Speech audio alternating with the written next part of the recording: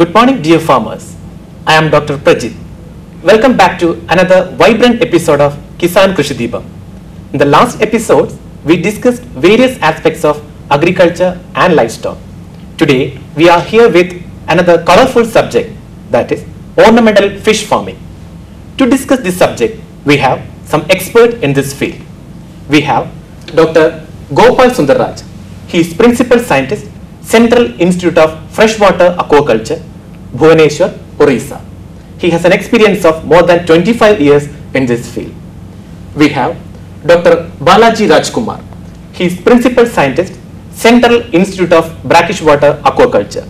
He is expert in ornamental fish breeding. We have Dr. Monika Singh. He is Principal Scientist from National Bureau of Fish Genetic Resource, Lucknow. She is eminent fish biologist and taxonomist. Finally, we have Dr. Revanappa. Presently, he is Chairman, Marine Product Export Development Authority, Cochin. I welcome all of you to our studio. First, Dr. Gopal, please tell me what are the scope of ornamental fish farming in India and how it is important to Indian fish farmers. Well, Dr. Prajith, worldwide ornamental fish keeping is emerging as one of the most popular hobbies. So there is a huge demand for ornamental fishes in the international market. To meet this demand, ornamental fish farming is also growing. In India also, nowadays, as part of modern lifestyles, aquarium were displayed in the residences, restaurants and offices. So there is a good scope and potential for ornamental fish farming in India. Moreover, it is a profitable business because the value of ornamental fish is high. For example, the value of 1 kg of carp is 80 rupees. A farmer can earn the same money by selling only 5 goldfishes. The technology is simple. With minimum investment and land requirements, a farmer can establish a small scale ornamental fish farming in it.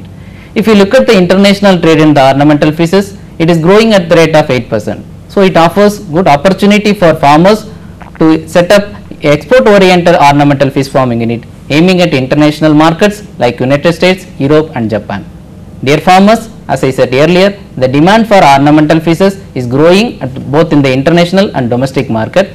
Since the profit is higher than the food fish farming, obviously we will get more income. So I recommend all of you to go for ornamental fish farming. Thank you, Dr. Gopal.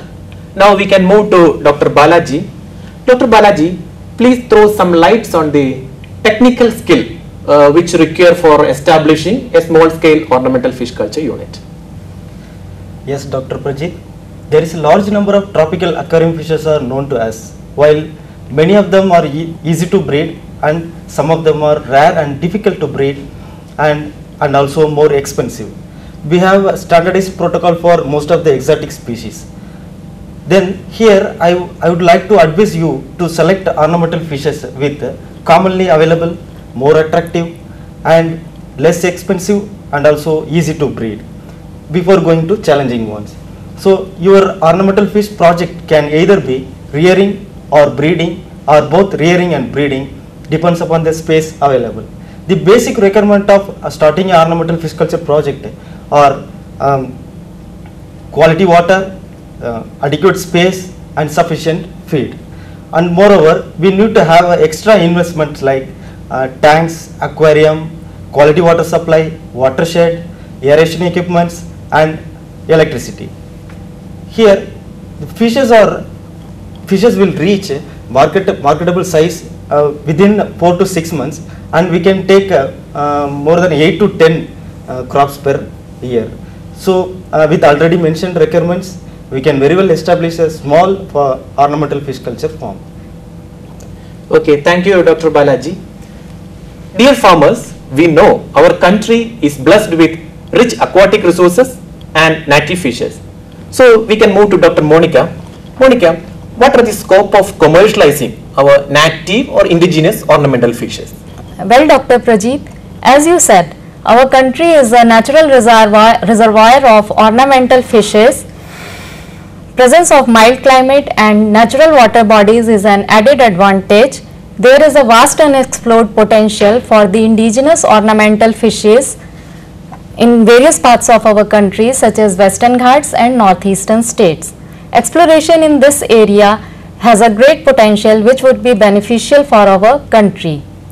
Many small farmers have already made efforts for the breeding and culture of various indigenous ornamental fishes such as Miss Kerala, Malabar pufferfish, scat and Indian dwarf gourami.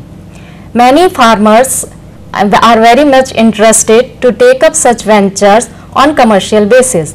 A newly established international ornamental fish culture hub called Kerala Aqua Ventures International Limited is ready to take up native fishes from our fish farmers after proper examination. So such joint ventures in this regard needs to be encouraged, which would be beneficial for our fish farmers. Thank you, Dr. Monika. Now we can move to Dr. Revanappa. Dr. Revanappa, please tell me which are the agencies which give technical and financial support for establishing ornamental fish farm unit, and what will be the profit to the fish farmers by establishing such a small scale fish culture unit? Thank you, Dr. Prajith. Dear farmers, you can start ornamental fish farming unit with a minimum area of about 1000 square feet. In that, the capital investment of about 50,000 rupees and annual expenditure of about 25,000 rupees. With this expenditure, the farmer can earn about a 50,000 rupees per annum. The profit again depends upon the carrying capacity, species bred and infrastructure.